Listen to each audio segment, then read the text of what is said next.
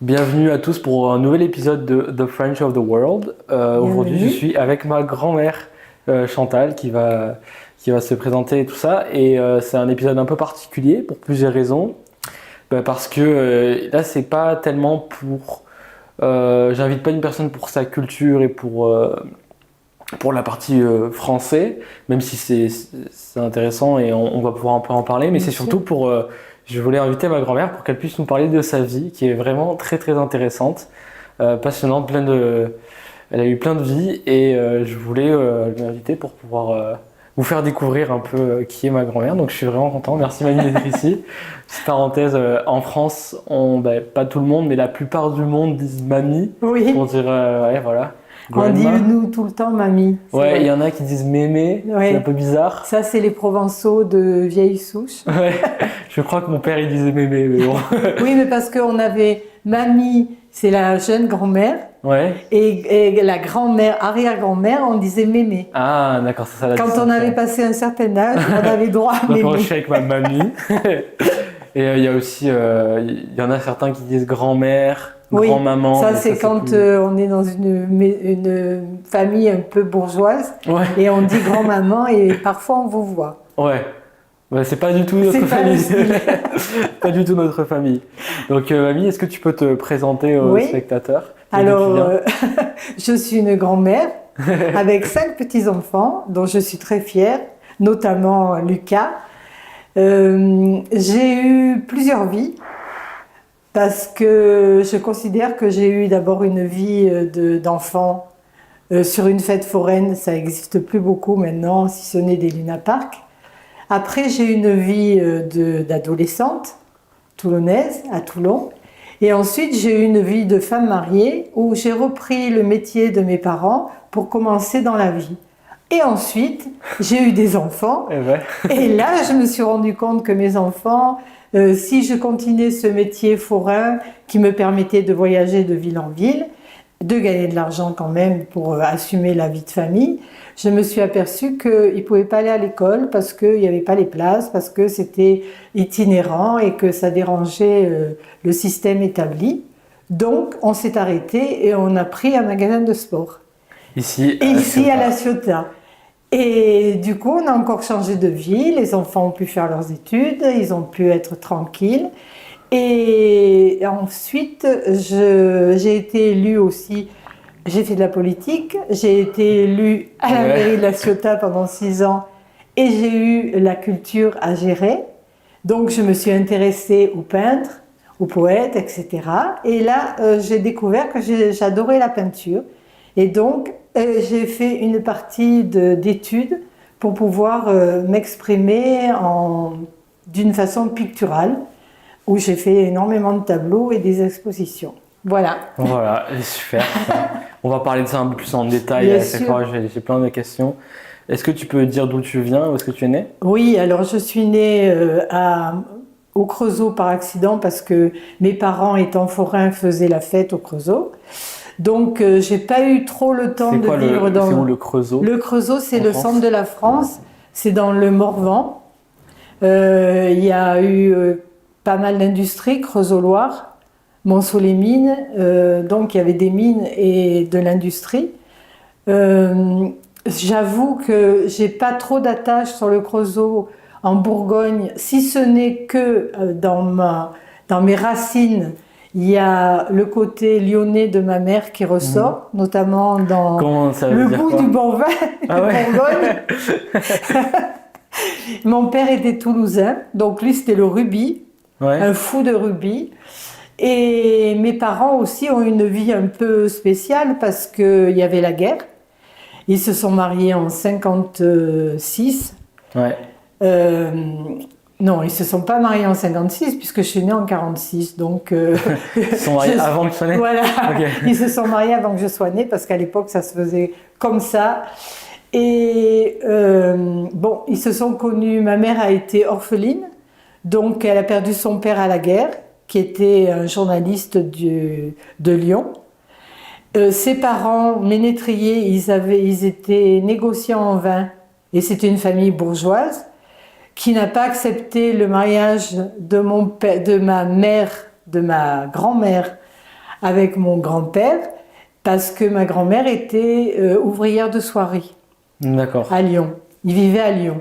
Mon grand-père est parti à la guerre. Donc c'est pour ça que ta mère était orpheline, c'est ça? Voilà, parce qu'il est mort à la guerre. Ouais, ok.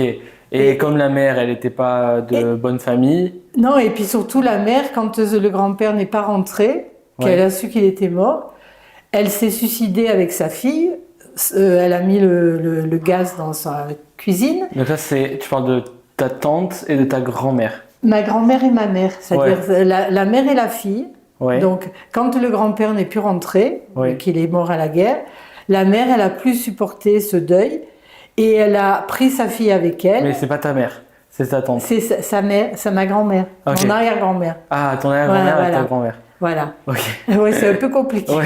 Juste aller doucement. Parce que en fait, c'est une génération avant moi. D'accord. Donc, elle est morte, elle, mais la petite a été sauvée. Ah, ok. Voilà, et donc ma mère, à 12 ans, elle était orpheline, et comme c'était l'époque de la guerre, elle a été pupille de la nation. Donc c'était Première Guerre mondiale, juste pour... De 46. Ah non. Non, non. C'était la Première Guerre mondiale quand ta mère avait 12 ans. Ah oui, oui, oui. Oui, voilà. Voilà, puisqu'elle est née en 1916, ma mère. Ok. Donc là, quand elle a été élevée en pension, dans un très bon pensionnat lyonnais, bon, elle n'avait pas beaucoup de famille autour d'elle, puisque personne ne la voulait. Et puis quand elle a eu 18 ans, il y a eu conseil de famille. Et là, ils avaient fait déjà un conseil de famille avant de la faire entrer en orphelinat. Mais personne ne l'avait voulu. Les parents du côté de sa mère étaient forains, donc ils étaient ailleurs et ils n'ont pas pu répondre. Et les parents de son père, qui étaient ménétriers et lyonnais, ont dit non, on ne veut pas parce qu'on était contre ce mariage. Ménétrier, c'est quoi? Ménétrier, c'est une famille. Ah oui, c'est le nom de famille. C'est le nom de famille. Ok, ok. Tu vois, et ensuite, quand elle a eu 18 ans, ils ont fait encore un conseil de famille.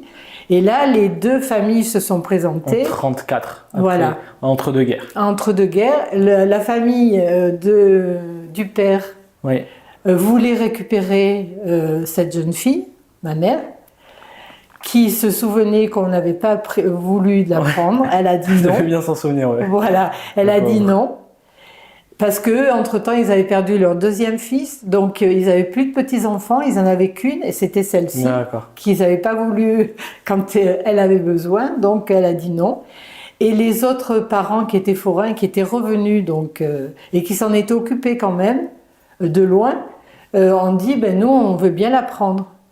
Donc elle est partie avec la famille de sa mère sur les fêtes foraines. Bon, donc cette famille avait un énorme manège, des chenilles, et elle a aidé pendant l'été à tenir le métier, c'est-à-dire à ramasser. Est-ce que tu peux nous expliquer un peu à cette époque? Donc là, on est entre deux guerres. Si tu savais comment ça fonctionnait un peu le métier de forain, en fait, ça consistait en quoi? Tu peux un peu. Alors, le métier de forain, c'était les jeux et amusements publics qui avaient même duré pendant la guerre. Et la deuxième guerre aussi, tu vois. C'était pour les enfants, en fait. C'était pour les enfants et les familles, parce qu'il n'y avait pas de télévision, il n'y avait pas de cinéma, il n'y avait rien. Il n'y avait rien, c'était le début du cinéma. Le cinéma, c'est arrivé. Ah oui. Eh oui, donc il n'y avait rien. Ah oui, waouh.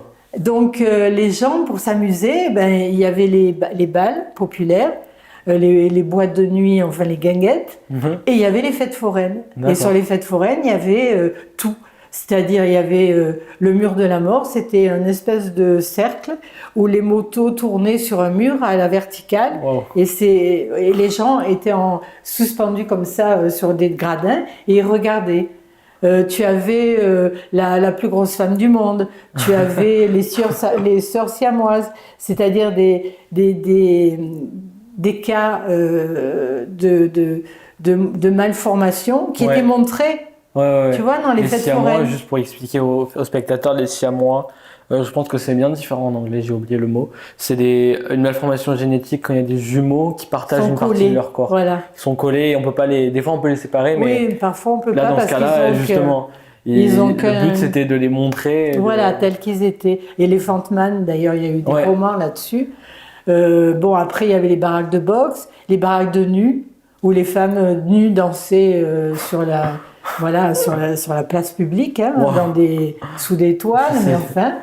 Il y avait les cirques. Et les cirques, il y avait par exemple les oies savantes. C'était des plaques chauffantes où on mettait les oies dessus, elles faisaient ça. Oh mon Dieu, c'est horrible. Pas trop de considération là. Ben, disons que c'était une autre période, une autre époque, après la guerre de 14, qui avait vu des horreurs. Ouais. Après la guerre de 40, si tu veux, les gens, ils n'avaient plus le même sens des valeurs que nous. Ouais. Ils avaient tellement vu de spectacles horribles que quand ils s'amusaient sur tout. D'accord. Tu vois, rien n'avait de valeur. Les animaux encore moins, hein, les gens qui étaient difformes encore moins, on venait les voir, la femme à barbe, tu vois. Est-ce qu'il y avait aussi, dedans, j'imagine qu'il n'y avait pas de vétérans Parce que les vétérans, ils avaient aussi des blessures impressionnantes. Ah oui, ben, ils venaient sur les fêtes foraines. Hein, mais oui, ils venaient profiter, mais c'était pas... Non. Il y avait quand même... Non, les gueules cassées, si tu veux. C'est comme ça que ça s'appelle, les gueules cassées, ils appelaient ça. C'était des gens qui sortaient dans les fêtes foraines, mais en tant que spectateurs. Il y avait des avions, tu sais, des avions qui tournent, des grandes balançoires qui faisaient le tour comme ça. Ouais. Tu vois, il y avait les auto-tamponneuses. Ouais. Et puis des balles et beaucoup de bagarres aussi parce qu'il y avait beaucoup Il y avait de l'alcool qui tournait. Beaucoup d'alcool. Alors à cette époque, il n'y avait pas la drogue. Non, ça n'existait pas tellement en fait. Non. Si ce n'est les grands blessés. Il n'y avait pas du cannabis déjà à l'époque? Non. Il y avait beaucoup de cigarettes, j'imagine. Voilà, alors c'est vrai qu'il y avait les cigarettes, il y avait l'alcool et la drogue qui venait, mais pour vraiment des classes spéciales. C'est-à-dire les gens qui avaient fait l'Asie, qui avaient touché... Donc les gens qui avaient fait l'Asie, ben ça c'est plus tard, c'est dans les années 70. Les marins, voilà. Tu parles de la... Oui, voilà. Donc ceux-là sont venus après. D'accord. Tu vois, mais à l'époque, il n'y avait pas de drogue, heureusement. Et j'ai juste une question sur les gueules cassées. Est-ce qu'ils avaient un statut différent? Vous les voyez différemment? Il y avait de l'honneur? Oui, il y avait du respect. Oui, il y avait beaucoup de respect et énormément de... Pour les gens, c'était des gens valeureux. Oui. Tu vois, qui avaient donné... leur vie pour la patrie. Et donc, à cette époque, il y avait un très grand sentiment national. Oui, j'imagine. De respect pour les... fierté. Oui. Et puis, si tu veux, par exemple, maman me racontait qu'une fois, dans une fête foraine à Lyon, il restait longtemps à Lyon. Alors, les fêtes foraines, c'était vraiment un milieu à part. Mm-hmm. C'est-à-dire, tu avais des caravanes. Mm-hmm. Devant, il y avait les métiers, c'est-à-dire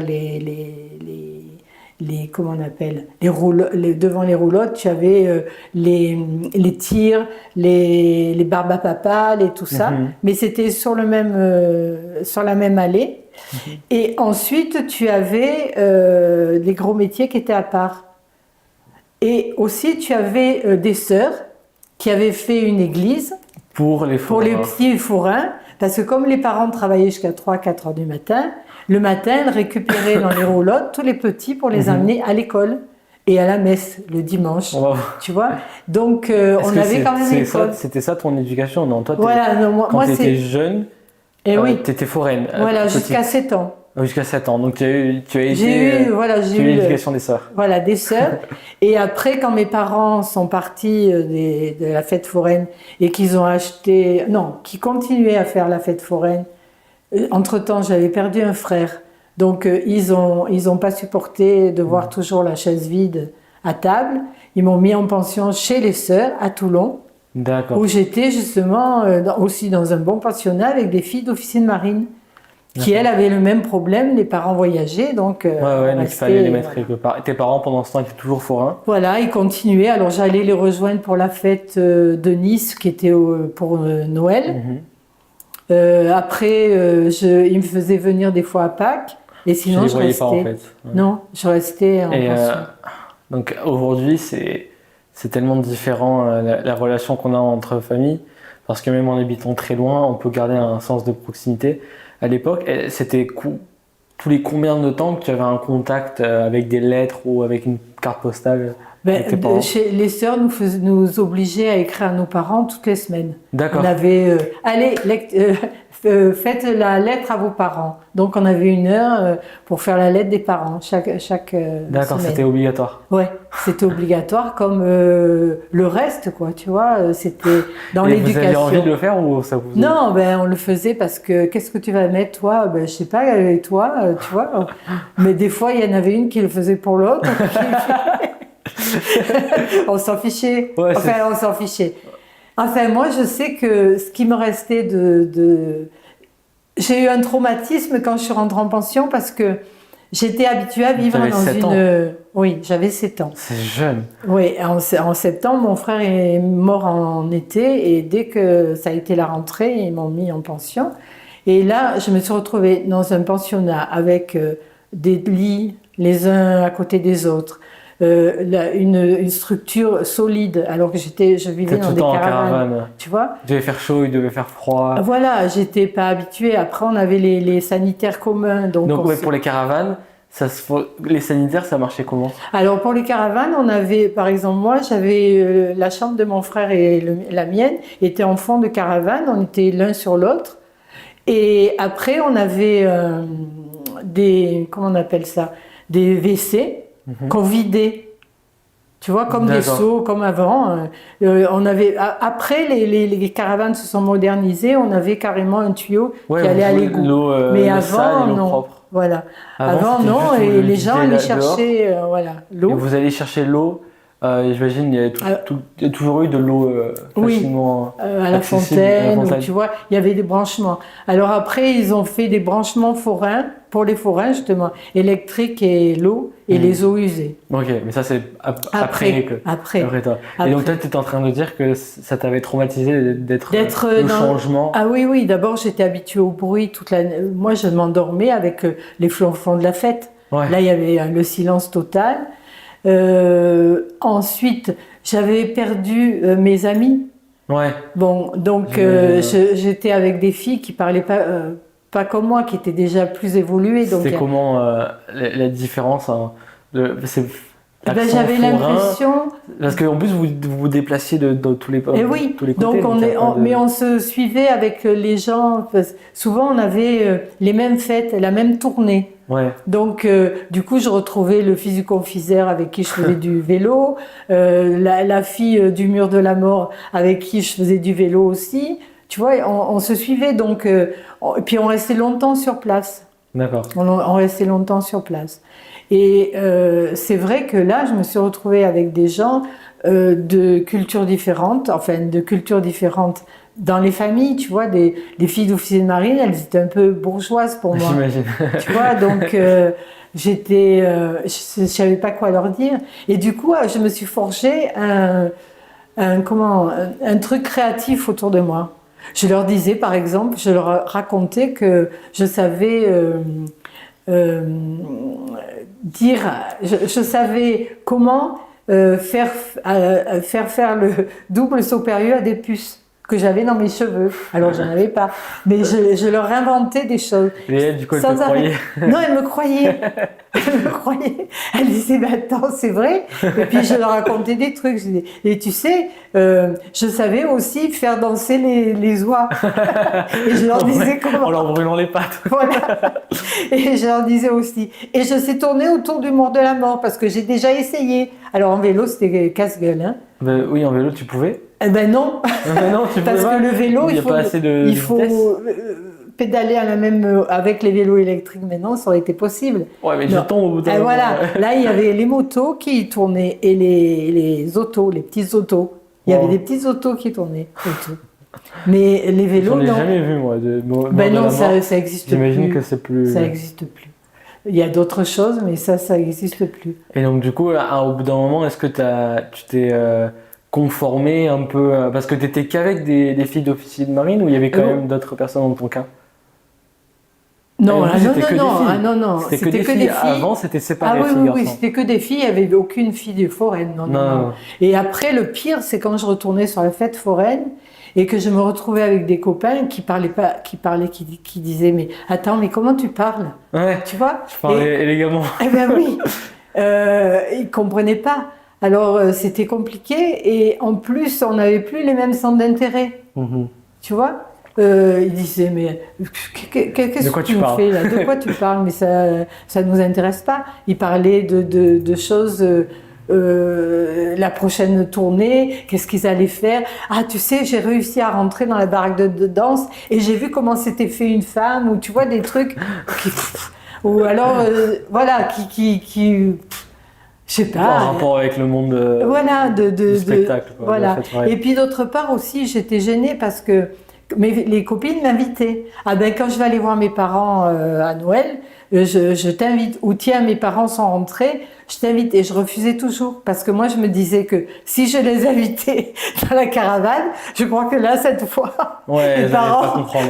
Ah non, c'est les parents. Oui, je pense que les parents auraient pas trop apprécié. Ah ouais. Tu vois. Parce qu'il n'y avait pas la place en fait.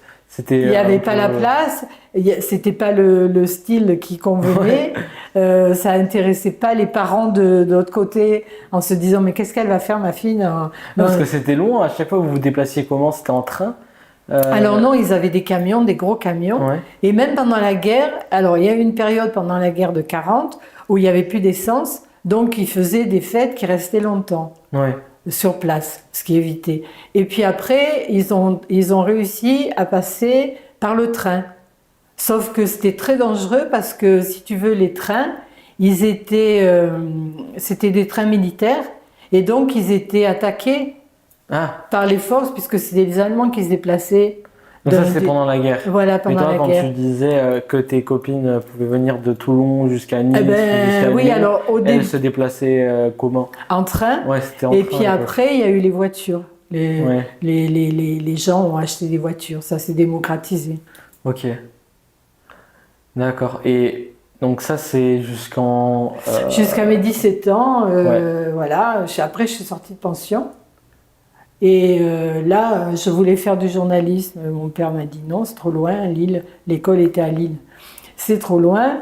Tu vas faire l'école, comment on appelle, de secrétariat. Rien à voir. Rien à voir. Donc je l'ai faite quand même. On écrit, mais c'est pas pareil, quoi. Non, voilà. Je l'ai faite quand même parce que il avait autorité.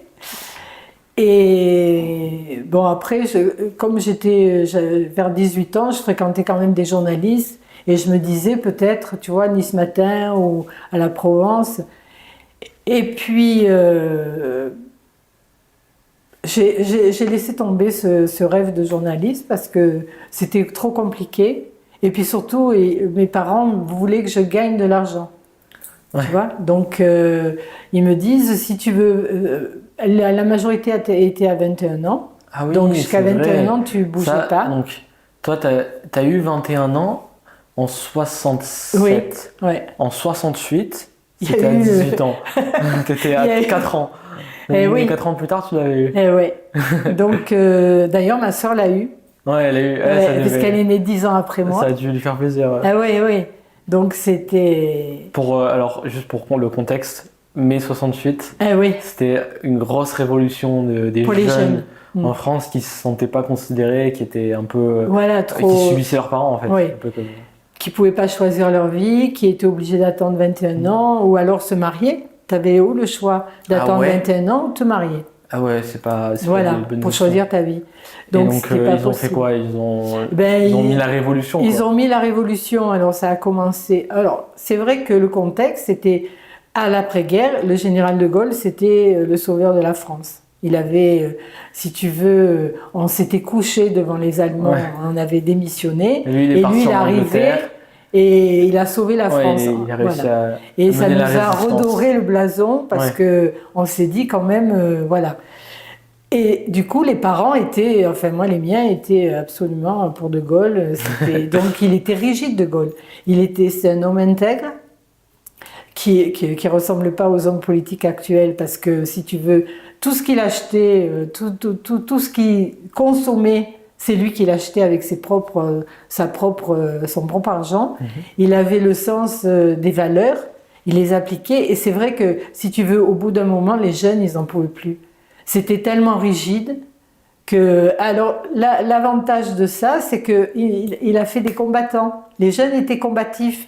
Alors que là, maintenant, ils ne sont pas combatifs. Avant, ils étaient combatifs pour gagner de l'argent, pour se sortir de ce carcan familial, voilà, et pas suivre toujours la ligne. Et du coup, en 68, c'était l'époque où c'était le bac pour beaucoup. Donc, les études se sont arrêtées pendant ce laps de révolution. Les gens qui ont pris le pouvoir, c'était de la gauche.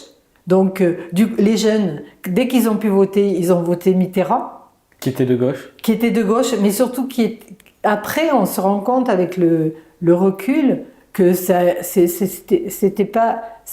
a mené à une catastrophe, c'est-à-dire à trop de laxisme. Nous, on était trop rigide, et là, après, c'est trop laxiste. Donc, il aurait fallu le milieu. Et ils ont eu... on leur a accordé la majorité à 18 ans aux jeunes. À quel moment? Ça a pris combien de temps pour faire changer ça a pris un moment. Hein. Ça a pris la génération de ton père, d'Arnaud. Mais c'était à quel âge que... Je pensais qu'en 68, la majorité était passée à 18 ans. Non, il a fallu le temps que ça se passe. Non. Ça n'a pas été de suite.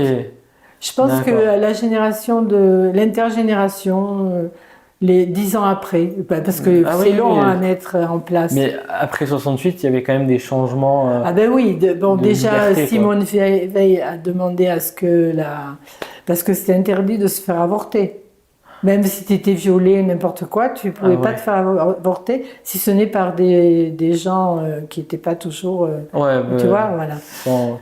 Pas légalement, quoi. Pas légalement, qui risquaient leur vie, leur travail, etc.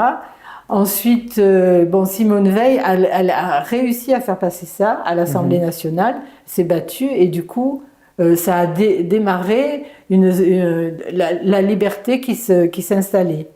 Donc, liberté pour les femmes. Ça a été très long pour le droit de vote. Ça a été qu'après la guerre, parce que comme elle s'était comportée... Donc ça, sur le Simone Veil. Elle a commencé avant la Deuxième Guerre mondiale. Oui. Et elle a eu le droit de vote pour les femmes, c'était quand? En 50? Oui, par là. Parce que si tu veux, il faut qu'on regarde ça, les dates, parce que moi, j'ai aucun sens. Ouais, mais t'inquiète, il n'y a pas de souci. En fait, Simone Veil, elle était juive. Oui. Donc, elle a vécu la Shoah, elle a perdu toute sa famille, et quand elle est rentrée, elle a fait de la politique. Et c'est elle qui a fait une politique, elle est devenue ministre, elle a fait une politique pour les femmes. Oui. Comme elle était une femme, elle savait les difficultés qu'elles avaient pour avoir un compte personnel, pour avoir travaillé, vivre. Parce qu'elles étaient, après avoir été sous le coupe de leur père, elles étaient sous le coupe la coupe de leur mari. Donc ça a été très compliqué, et finalement elle a réussi à faire bouger les choses, et c'est vraiment une femme qui a, d'ailleurs, elle est passée, comment on appelle, sous la coupole, pas sous la coupole. Ils l'ont fait rentrer où il y a tous les héros de la France. D'accord, elle a été déclarée héroïne de France. Voilà. Là, il y a je vais regarder. Un statut. Un monument. Je ne me rappelle plus non plus. Moi non plus. Simone Veil, je mettrai dans les notes. Parce que c'est important ce qu'elle a fait pour les femmes. Ouais. Vraiment. Et donc c'est aussi grâce à elle que les jeunes femmes ont pu s'émanciper. Voilà, ont pu s'émanciper. Elles ont pu avorter. Il y a eu aussi Gisèle Halimi qui l'a beaucoup aidée, aussi une avocate qui a œuvré pour les femmes aussi. Parce qu'en fait... jusqu'à maintenant, c'était les hommes qui décidaient. Ouais.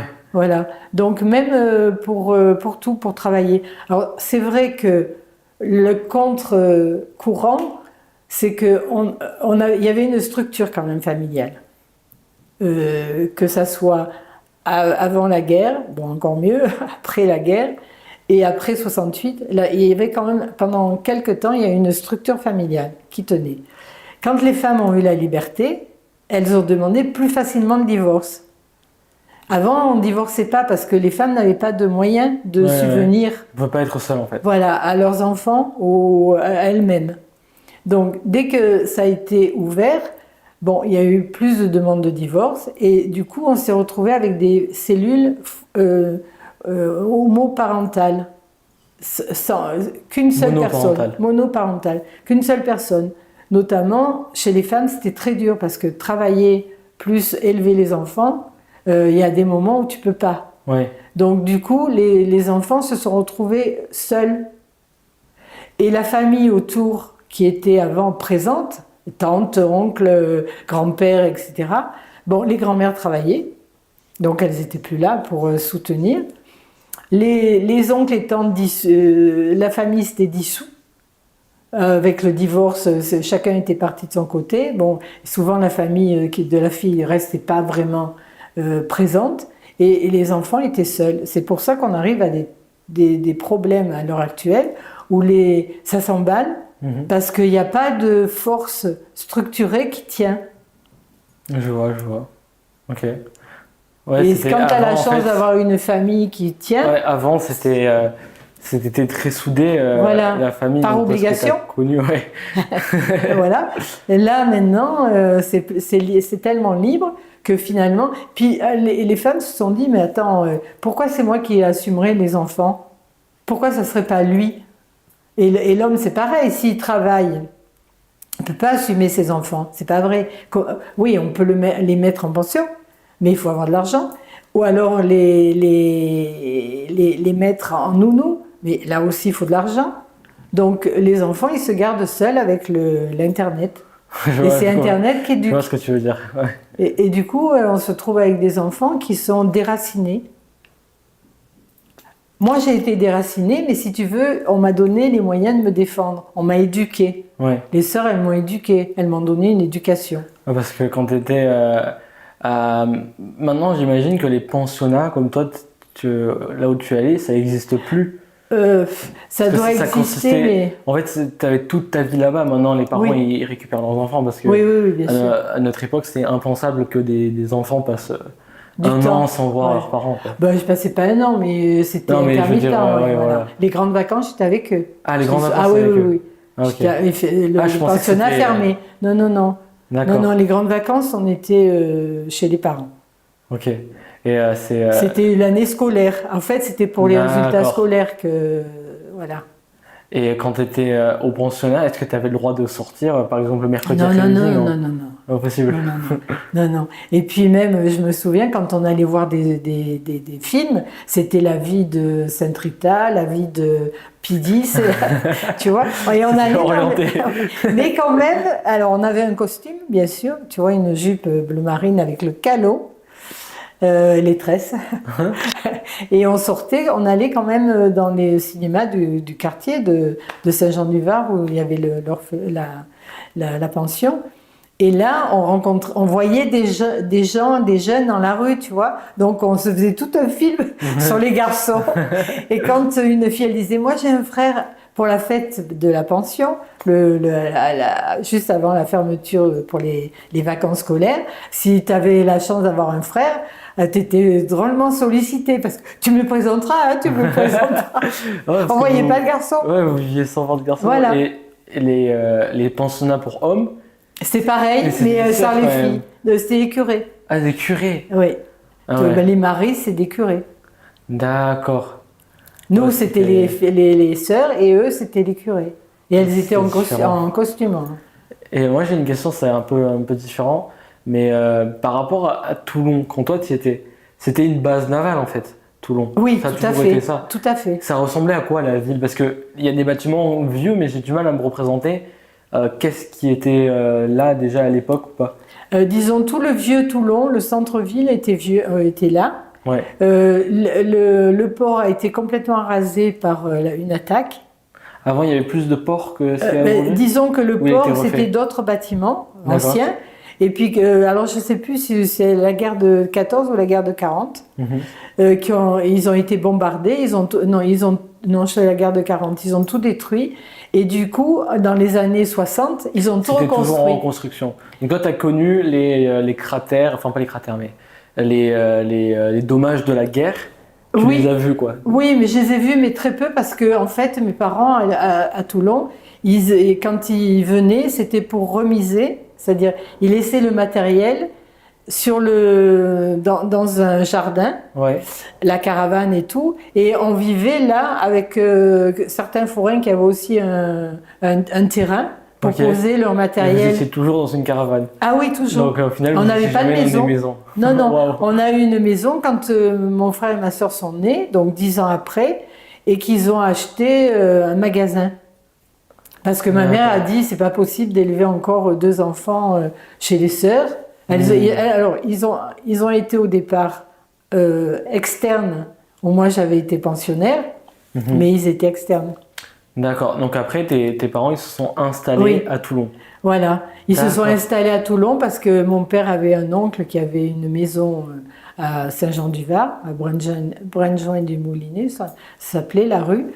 Et c'était un oncle qui avait été aussi, mais lui, marchand forain. Il vendait du tissu sur les marchés. Parce que après la guerre, tout a changé. Il y avait plus rien. Donc, il fallait tout reconstruire. Ouais. Donc, il y avait plus de tissu, il fallait du tissu.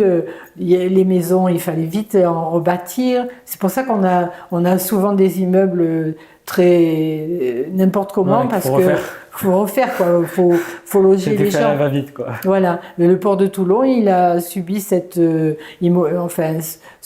rythme immobilier parce qu'il fallait tout refaire. Il n'y avait plus rien devant. Et donc du coup, là, il y avait le centre-ville de Toulon, il a toujours. Oui, le vieux centre-ville, la rue. Et c'était à l'époque parce que les rues sont refaites souvent. C'était pavé par terre. Oui. Ça ressemblait à quoi? Il y avait des trottoirs ou c'est... Oui, non, c'était des rues, tu sais, comme en Provence, la petite rue, voilà. Mais pas de voiture en fait. Ah non, pas de voiture. Ouais, tout était à pied, ouais. En fait, les voitures et la télé, c'est arrivé plus tard, tu vois. Et c'est là que ça a été un problème pour les forains, parce qu'ils étaient en concurrence avec les films, la télé qui faisait que les gens ne sortaient plus, alors que là, avant, ils étaient toujours dehors. Déjà, ils étaient dehors parce que les maisons n'étaient pas confortables. Oui, il y avait les latrines, il y avait un camion ici qui ramassait les pipis et les cacas tous les matins dans les rues de La Ciotat. Wow. C'était comme donc ça, c'était il y a 80 ans. Ouais, voilà. Donc il y avait un camion citerne qui venait récupérer les eaux usées. Ouais. Ton grand-père, il allait chercher le lait dans les pots tous les matins, le lait et tous le les pain, matins et le pain. Voilà. Wow. Mais lui, il vivait dans une maison. Oui, mais la maison n'était pas pour autant, c'était pas hyper confortable. Non, c'était pas confortable. Et ses parents, ils faisaient comment on appelle, le marchand forain. Marchand. C'est-à-dire, ils faisaient les marchés. Ma belle-mère, elle faisait des robes. Et le beau-père allait les vendre sur les marchés. Ouais, je vais juste expliquer un peu pour les auditeurs, marché, parce qu'en fait, le concept de marché, ça se retrouve pas énormément en Amérique du Nord. En fait, souvent c'est des marchés, mais c'est à l'année. C'est couvert et tu as tout le temps les mêmes stands. Mais les marchés, comme il y a encore dans ma vie ici à La Ciotat, c'est des... tu peux expliquer peut-être Oui, c'est en fait, ça se fait 2 fois par semaine. C'est des gens itinérants. Parce qu'ils font le marché de La Ciotat, après ils vont faire le marché de Sanary, toutes les petites villes. Et dans ces marchés, on trouve aussi bien de l'alimentaire que des vêtements, mais moins cher. Ouais, tout est, c'est tout local en fait. Voilà. Enfin, maintenant, maintenant c'est un peu moins local, mais de base, c'est... De base, c'était fait pour que les gens puissent vendre leur propre nourriture, leur propre fabrication. Ouais. Mais aujourd'hui, c'est passé au stade où on trouve des trucs de Chine, on trouve, voilà. Mais il y a quand même, surtout sur la nourriture, c'est toujours super local. Ah oui, généralement. Le pâté, la tapenade. La tapenade, c'est comme une... confiture une confiture d'olive. C'est super bon, c'est voilà. Faut que les gens tu as le panis. essayent. Le panis, c'est les petites galettes de maïs qui te vendent chaudes. Et c'est dans toute la Provence qu'on en trouve. Alors chacun l'appelle le chichi-frégie aussi. Tu vois, ça vient de Toulon. Il y a aussi le poisson. Le poisson. Le poisson d'ailleurs qui est souvent pêché le matin même. Quoi. Voilà, c'est ça. Tout frais. Donc c'est juste pour donner un peu de contexte. Et tout à l'heure, quand elle a parlé de mon grand-père, c'est mon grand-père, pas ton père. Enfin, Non, pas ton mon mari, beau-père. c'est ton beau-père. Donc Ouais. de l'autre côté, parce que ma famille vient de La Ciotat en général. Donc C'est vrai. voilà, c'est juste pour donner un peu de contexte. Je sais plus où on en était là. Tu nous parlais de. On Tu a avais vu, demandé Toulon comment c'était la ville avant, et tu m'avais dit qu'après on a été parti sur la télé, oui, dès qu'il y a eu la ouais, télé. dès qu'il y a eu l'arrivée du. En fait, c'est le divertissement grande échelle, quoi. Voilà. Qui s'est démocratisé et du coup les fêtes foraines en ont subi les conséquences. Ouais. Donc ils se sont recyclés autrement. Ils ont créé des lunaparks, c'est-à-dire qu'un regroupement de forains avec, je pense que c'est très américain ça, avec énormément de métiers et les gens rentrent dans un parc d'attractions. Il y a tout Et il y a centralisé. tout. Ouais. Voilà. Et c'est fixe surtout. C'est fixe, ça dure des fois 2 mois, 3 mois selon les endroits. Il y en a à Saint-Tropez, il y en a, je sais plus, en Camargue, il y en a partout. Enfin, partout où ils peuvent. Et moi, quand je me suis mariée donc avec mon mari, ton grand-père, comme on n'avait pas d'argent et qu'on partait pratiquement sans rien, on a dit bon, on va faire comme les parents, on va acheter des jeux. Des jeux, on était un peu plus moderne. Moi, mes parents étaient partis avec une loterie, c'est-à-dire un jeu des articles à gagner avec une roue. Ouais. Donc, il avait un micro, mon père, et il parlait, il disait, il vendait des billets. Quand tous les billets étaient vendus, on tournait la roue et on gagnait soit, alors à l'époque de la guerre, du sucre, des pâtes, des choses intéressantes. Après la guerre, des vaisselles, parce que tout avait été cassé, abîmé. Donc des vaisselles, je sais pas moi, des assiettes. Et même pendant la guerre, ils vendaient comment on appelle? Ils faisaient loter des lapins, des poules. Ouais. Voilà. On est en train d'enregistrer. C'est pas grave. Voilà. Donc vous étiez reparti de zéro. Donc on est reparti, mais avec un jeu plus moderne. C'est-à-dire qu'on a acheté un camion qui s'ouvrait devant. On a mis des appareils qui étaient à l'époque dans la. Comment on appelle? Dans la lignée moderne, c'est-à-dire des bulldozers. Donc c'est un appareil, des bulldozers ou des grues qui prenaient, alors les grues, elles prenaient les articles et elles les mettaient dans une petite case et ça faisait gagner une montre, un briquet, je sais pas quoi. Mais c'était les gens qui l'utilisaient pour... Voilà. C'était un jeu de précision, quoi. C'était un jeu de précision. Et les bulldozers, c'était un jeu d'hasard parce que le bulldozer poussait les pièces. Alors en Angleterre, c'était les pennies qui tombaient. Ouais. Bon, nous, sur les pennies, on avait mis des lots et c'était une carabine, je sais pas, une chaîne stéréo, tu vois. C'était marqué, donc celui qui gagnait, voilà. Mais c'était un peu truqué. Un petit peu. C'était un peu... Pour que ce soit moins facile. Là, t'as des photos? C'était ça, oui. Je vais les prendre en photo pour les montrer après à l'image. Déjà, pour les gens qui nous écoutent, alors que si mon vous père, tu vois, c'était ça. Sur Spotify, il y a la vidéo aussi, donc vous pourrez voir ce que je montre. Donc ça ressemblait à ça. C'était grand en fait, il y avait pas mal de... c'était comme un billard, mais tu vois, carré. Et à l'intérieur, il y avait, mais c'était automatique. C'est tous les lots qu'on pouvait gagner. Wow. Alors, et ça, c'était quoi? Ça, c'est mon père avec sa loterie. Ça, c'est génial. Tu vois, ça, c'est la loterie. C'est drôle parce que quand on regarde ça... Et ça, c'est encore plus vieux, c'est même en carte postale. Quand on regarde ça aujourd'hui, il y a tout qui est vieux, tout qui... oui. Tout qui a l'air... En fait, maintenant, ils font du rétro-moderne, tu sais. Ouais. Donc, j'ai l'impression, wow, c'est super esthétique, en fait. Mais avant, pour vous, c'était normal, quoi. Oui, bien sûr. Ce que vous connaissez. Regarde tout ça. Ça, c'était pendant la guerre. Il n'y avait pas grand-chose à gagner. Ouais, il y avait 4 vaisselles. Wow. Mais ils continuaient quand même, comme tu disais, pendant la guerre, ils continuaient. Ah oui, regarde. Alors, les hommes, ils étaient sur le front, tu vois, sur le front. Et les femmes, elles tenaient les métiers. Et ça, c'est les grands-mères. C'est génial. Il y a des dates? Non. Non, le problème, c'est qu'il n'y avait pas de date. J'aurais bien aimé savoir les dates et dates. Oui. Tu vois, ça c'est une fête foraine aussi, mon père, et puis les métiers. Regarde le monde qu'il y avait. Ouais, mais parce que comme tu expliquais, C'est c'était 56. la seule façon de s'amuser. De s'amuser. C'était d'aller Et dans puis les tu fêtes vois, foraines. les fêtes, comme elles s'étaient faites, c'était des arcs-boutants, on soulevait une toile et il y avait le métier C'est minimal, derrière. quoi. Voilà, c'était vraiment simple. Ça, c'est les photos de guerre. Mon père était à la guerre, donc il était sur les fortifications vers Nice. Ouais. Et je voulais te montrer, ça c'est... Attends, tu sais ce que je vais faire? Oui, Je vais prendre mon téléphone et faire une autre caméra avec oui, pour comme ça je pourrais montrer en temps réel plutôt que oui. ce sera plus efficace. Donc là, ce que tu peux me Ça, c'est montrer, la je vais juste loterie remontrer un aussi, peu. oui. Tu vois, alors les roues, il y en avait plusieurs. Des fois c'est comme ça, des fois Donc ça, c'est ce que je regarde là, c'est Ça, c'est une photo qui doit dater entre les deux guerres. entre les deux guerres. Ouais. Et donc là, ce qu'il Donc, a il y a gagné, presque c'est la plus loterie, rien. c'est ça, C'est la il faisait loterie tourner la roue. à gagner. Là, on voit pas la roue, non? Ou est-ce que je la vois pas?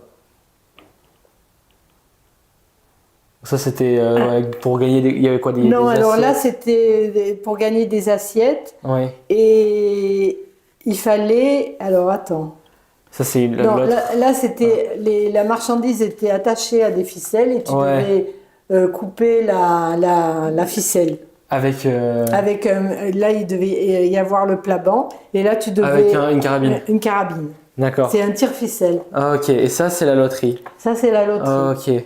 Ça, c'est Ah la oui, là, on loterie. voit la Voilà, roue au la centre. roue. Et Ça, celle-ci ça, aussi, c'est mon regarde, arrière-grand-père qui parle au micro parlait pour, pour appâter les gens. Pour Exactement. venir Et les ça, voir. c'est encore une loterie, mais différente, tu vois, avec 3 roues. D'accord. Oui, en fait, ils étaient créatifs pour. Oui, ils changeaient. Ils changeaient et tu vois, les caravanes, les camions, c'était Ouais, ouais. vraiment pas... Tu vois, ça, c'était le petit train. Il y avait des petits trains aussi pour les enfants. Ok. Des petits trains. Ça, c'était le tir. Et les loteries, c'était plus pour les adultes, j'imagine. Oui, Parce qu'en fait, tout le monde y allait. C'était pas. Parce que dans notre tête, on imagine. On imagine les caravanes, pardon, les fêtes foraines pour un peu pour les enfants, pour amuser les enfants. non, mais là, à c'était l'époque, pour c'était tout le monde. Ah oui, il y avait Ouais.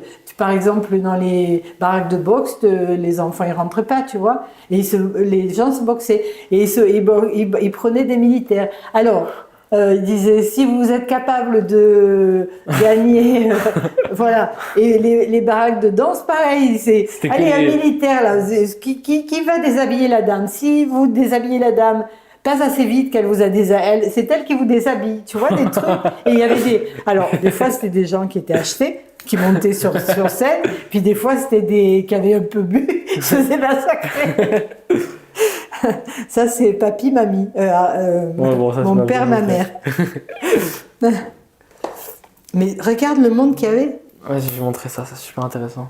Ça, c'est à Nice. Oh. Les fêtes foraines, Et même c'était dans de la les- folie. ce Et que- là, regarde. Ça, c'est une grande roue, mais qui est pas. Les C'est ça avions. Ah, c'est des avions.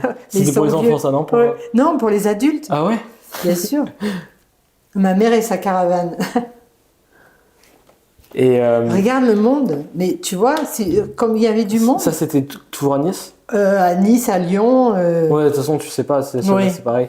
Et c'est ça, je me posais la question tout à l'heure, quand avant dans les villages, vous passiez aussi dans les petits villages où c'était que pour les grosses villes, les fêtes foraines? Les gros métiers, c'était pour les grandes villes. Ok. Parce que ça ne pouvait pas rentrer, tu vois. Ouais. Notamment le grand-père, là, celui-là, il avait une chenille et il est parti en Égypte, Oh, lui, en Égypte. Jaïé pour, s'appelait, pour faire la fête foraine, pour faire une fête foraine. Et pendant qu'il était là-bas, il y a eu une révolution sur le roi Farouk. Et il a ça, laissé... c'était ton grand-père. Ouais. Ok. Et il est Ah, parti. puis, Il est parti sans plus rien. il a tout perdu. Il a tout perdu. Alors que quand il est parti en Égypte, il avait un avion, mais ils n'avaient jamais de maison. C'est incroyable. C'est fou. Il vivait dans une caravane et il avait un avion à Nice sur l'aéroport. Écoute.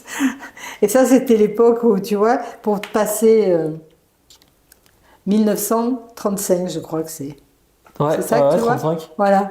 les forains qui partent en promenade. Waouh. Ça, c'est où ça? C'est montagneux, ça doit être Nice. Oui, non c'est Nice. Ouais. Passe à Nice. Parce Tu vois, que- ils vont à la neige. Nice, c'est pour. En fait, c'est un peu le. C'était une grande fête. Ouais, mais Nice, Voilà, ça géographiquement parlant. Ah ben, ils faisaient Monaco aussi. Oui, mais Nice, ce que je veux dire, c'est à côté des montagnes en fait. Oui, oui, oui. tout à Les fait. Alpes, elles descendent presque Tout jusqu'à à la fait. mer et de Nice, on voit les montagnes. C'est pour ça qu'ils allaient à la neige. Et là-bas. il y a certaines stations de ski dans le sud de la France où Et on là, peut tu skier en vois, voyant la mer. c'était l'époque aussi, après la guerre, où ils vendaient, ils faisaient loter. Alors là, c'était, ils vendaient des billets, puis ils annonçaient un numéro. Et si le numéro était sorti, ils avaient gagné une poule. Et ça avait de la valeur, les gens ils devaient Mais jouer quand oui, même. attends. Ouais, ça fait des œufs. Ça, c'est ma mère. En plus, elle mimait sur pour faire venir les gens. D'accord, donc tout le monde était vraiment. Ouais, ouais. Ça, c'est carte Carte nationale. nationale, vas-y, c'est intéressant, je vais regarder. Ouais. Carte nationale. De la famille, je sais pas quoi, de la Il y mère. a une enfin. date, non? Alors, il doit y avoir Ouais, la date. 1947? Je sais pas, on va voir. Oui, certainement, parce qu'elle était. Je regarderai sur la Et vidéo. ça, c'est la loterie, tu vois, moderne, loterie Jean Granger. Ouais, celle qu'on a vue, celle-là. Ça, C'était c'est la le même. camion qu'il C'est la avait. même que ça. Ouais. Ça, c'est le camion qu'il avait. Tu vois, le On qu'on voit. voit. C'était un diamant. On voit pas très bien là, mais. Ouais, parce Non, qu'il mais est- c'est la photo, elle est un Ouais. peu. Ah oui, ça y est, je vois ce que je regarde. Parce que c'est drôle, en regardant à travers le téléphone, j'arrive à mieux voir. Ah, que là. C'est quoi, c'est un peu traité. Ouais, là, c'était sa loterie, tu vois. Non, elle était grande, hein. Ouais. Et là, il était associé avec son neveu, parce qu'André Rex et Jean. Ça, c'est tous les forains pendant une réunion. Ça, cette fille, elle faisait le mur de la mort. C'est elle qui était sur la moto. Elle. Oh. D'ailleurs, elle avait l'air d'un garçon.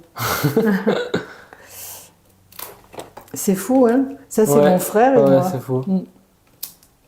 Ça, c'était les petites foraines. Les parents, ils avaient la. Ça, c'est mon arrière-grand-mère, la mère Oh. de mon père. C'est fou, c'est fou, c'est fou. Tu vois, C'est les fêtes fabuleux. foraines, comment on jouait, et avec les camions au milieu. Ouais.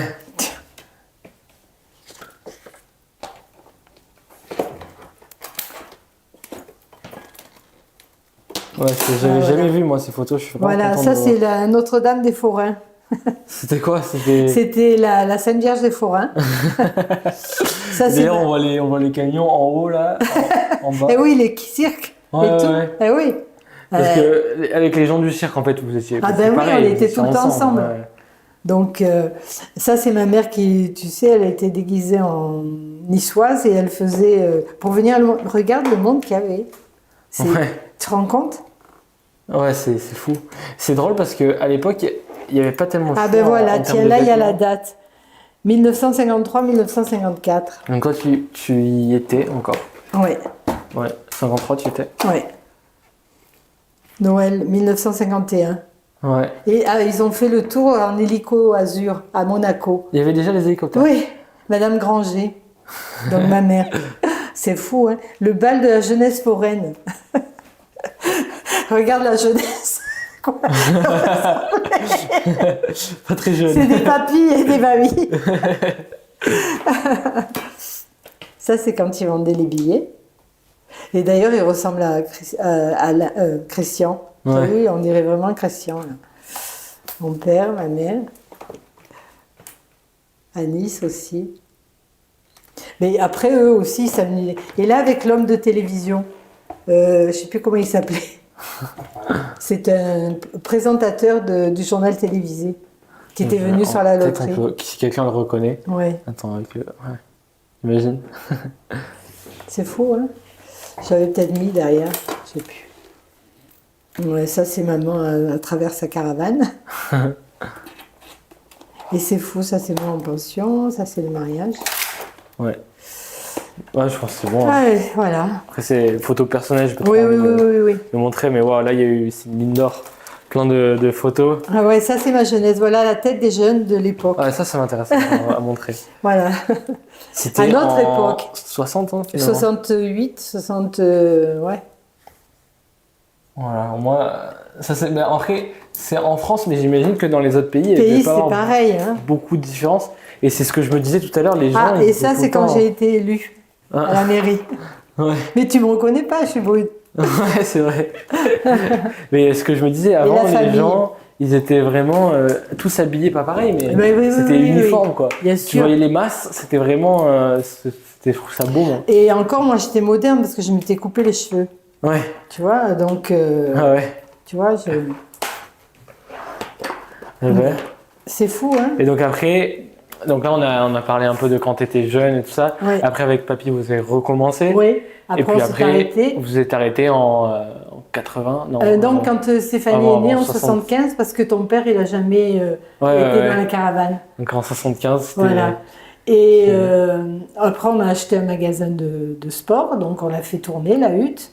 Puis après, parce qu'avant, il y avait pas de chaîne de magasins, c'était tout le petit commerce en fait. Et puis surtout, La Ciotat était en période très difficile parce que quand on s'est arrêté en 75, 5 ans après, le chantier a fermé. Ouais, ça faut expliquer. Ouais. Le chantier naval, ça c'est encore une autre histoire.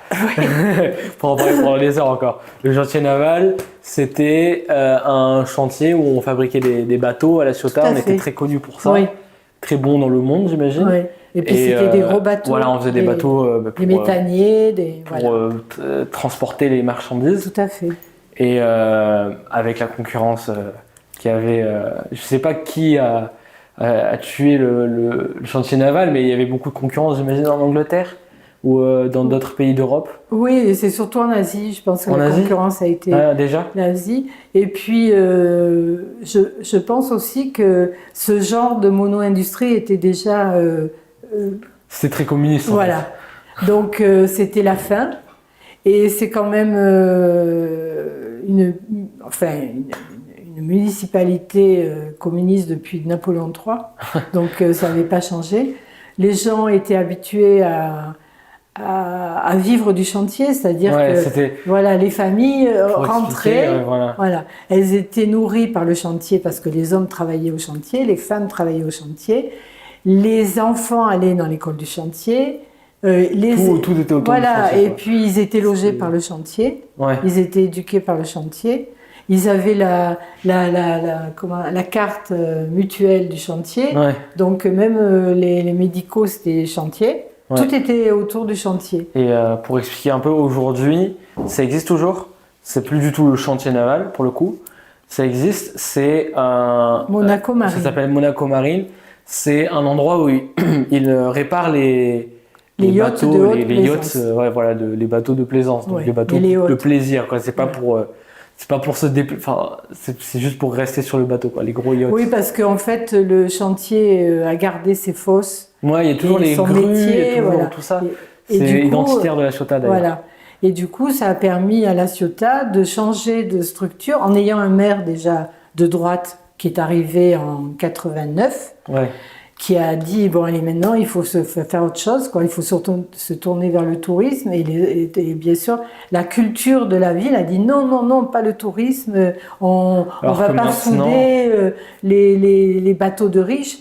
Mais quand tu soudes les bateaux de Onassis, qui était le prescripteur des bateaux que l'on faisait à La Ciotat, parce que c'était bien des gens riches qui faisaient les méthaniers, etc. C'était pareil, sauf que ça changeait de culture. C'est-à-dire que là, on était dans l'économie privée. C'était fini les grandes structures, voilà.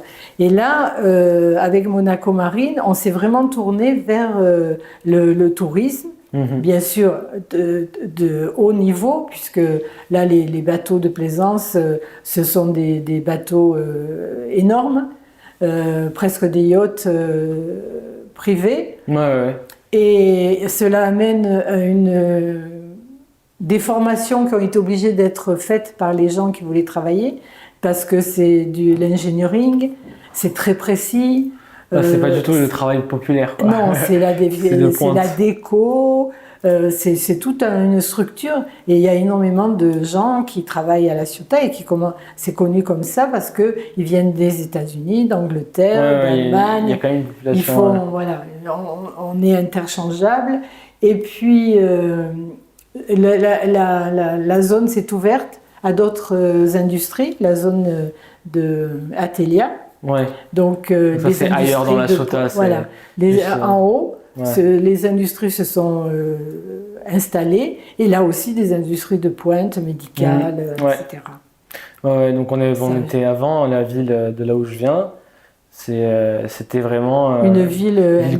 communiste, industrielle. Ouais. Après, il y avait quand même peut-être un peu de tourisme, non? Ben, disons que le tourisme, il était de fait parce qu'il y avait Ouais, l'ouverture sur la mer. Voilà, c'est parce qu'il y a la mer. Ouais, Sauf tourisme balnéaire. qu'il n'y avait rien pour les recevoir. Il y avait Il y la avait grande juste une plage. ouais. Voilà, c'est tout. Alors que maintenant, c'est Voilà, c'est maintenant, impressionnant le nombre mais de... ça reste quand même, heureusement que le premier maire qui est arrivé à La Ciotat il y a 30 ans, Lafont, il a réussi à protéger le front de mer. Ouais. C'est R+3. Donc on peut pas construire au-dessus. Ouais, c'est C'est des petits immeubles. Les immeubles, ils sont très petits. Voilà. Parce que sinon, ça change en fait, Ben, bien complètement la sûr, ville. ça change Ça a complètement toujours la été... ville. On regarde le centre-ville de La Ciotat qui a quoi, 400 ans peut-être? Bien sûr. Peut-être plus. 1700 et quelques. Ouais, bon, il a voilà. au moins 300 ans. C'est des petites rues, des immeubles de 3 Bien étages, sûr. pas plus. C'est très vieux. Il y a toujours... c'est La drôle petite parce que- église. Voilà, il y a ça, et surtout Le port. dans les rues, c'est au centre. Oui, il y a T'as- encore Au centre, c'est incurvé c'est pour incurvé, c'est ça. récolter les pour récolter eaux usées. les eaux usées. Les gens, à l'époque, quand ils habitaient en appartement, Bien sûr. ils se jetaient par Eh la ben oui. fenêtre. Et ça coulait le long de la rue, donc j'imagine même pas les odeurs. Oui, Et ça, ça s'est récolté dans les égouts. c'est vrai. Il n'y avait pas d'eau courante, il n'y avait pas de tout ça, quoi. C'est fou. Non, c'est vrai. Puis on a eu la chance par rapport à la Seine qui a subi le même processus Ouais. de fermeture de chantier, d'avoir un démarrage rapide. Et puis Monaco Marine qui s'est installée avec les grands yachts parce qu'elle a trouvé les structures pour. Ouais. Et puis C'est aussi la très grand, volonté c'est de très la grand, ville d'avancer. On a eu la chance d'avoir après des maires un maire qui a succédé et qui a pris la même initiative de faire en sorte que la Ciotat se tourne vers le tourisme et vers l'économie que ça inclut en fait. Ouais. D'ailleurs, aujourd'hui, pour donner des chiffres, on est à 35 000, 36 000 habitants l'année. L'été, on tourne autour des 80 000. Oui. Et c'est pas juste 2 semaines en été, c'est Non. de juin à septembre. C'est ça. Beaucoup de touristes, beaucoup de Français, Oui, d'Allemands, mais quand même beaucoup Allemands, de Danois Anglais, oui.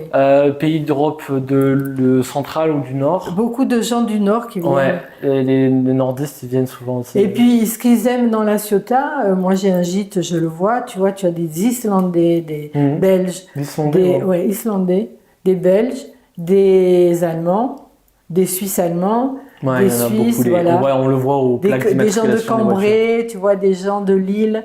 Parce que la Ciotat a gardé, heureusement, une allure de petite ville du Sud, ouverte sur la baie. C'est pas très grand. Ouais. Et non, avec une île verte, complètement verte, où il n'y a pas de construction. Ouais, il y a un restaurant. Ouais, mais bon, voilà, qu'un restaurant. Et puis, tu as aussi le parc des Calanques, qui est donc une réserve J'en ai parlé naturelle. déjà sur mon podcast. Ouais. Le parc des Calanques, parc régional ou national. Régional, qui est donc vert.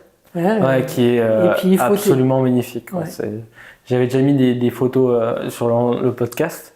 Et puis l'avantage de la Ciotat, c'est que tu es à 30 km de Toulon, 30 km de Marseille, 60 km d'Aix, mais c'est l'autoroute. C'est vrai que donc c'est vraiment un endroit... C'est connecté. Alors, il n'y a pas trop de transport en commun, quoique il y a le train, mais c'est très bien connecté aux autres grandes villes. Et puis même, c'est pas loin de... C'est super bien placé en fait. Mais oui. C'est quand même une petite ville. Il n'y a aucun immeuble à Ciotat. Non, il n'y a pas des barres d'immeubles. Ouais. Même l'abeille, c'est les premières construites en 70 parce qu'il fallait de la place. Mais c'est pas des barres, il y a beaucoup de verre. C'est très vert en fait. On a pas mal le parc aussi. Oui. Étonnamment, pour une petite ville, c'est bien. Oui, il y a des parcs. C'est la mer, le point. Oui, bien sûr. La mer, le port qui est resté très authentique. Oui, tout à fait. Quand j'ai vu d'autres ports, je trouve que le port de Toulon, ça se voit que c'est plus vieux celui de la Ciotat. Ah oui. Et tu sens, avant même, il y avait la vieille pierre. Je sais pas de quand ça datait, mais avant qu'ils refassent le port à neuf, il y avait la pierre par terre. Oui, c'est la pierre de Cassis. Et Parce qu'en fait, les carrières pour la Ciotat, c'était Cassis. Donc la pierre était blanche, c'était une pierre blanche. Ouais. Mais voilà, je pense que... Est-ce que tu avais d'autres points que tu voulais discuter, des choses à partager encore ou... Moi, je pense qu'on a la chance de vivre dans un beau pays. Ouais. Je pense qu'il faut le respecter. Ouais. Et j'espère que la jeunesse prendra en compte le passé. Parce qu'on ne peut pas faire table rase de son passé. C'est important parce que c'est ce qu'ont fait nos ancêtres, ce qu'ils nous ont appris, il faut le garder en mémoire.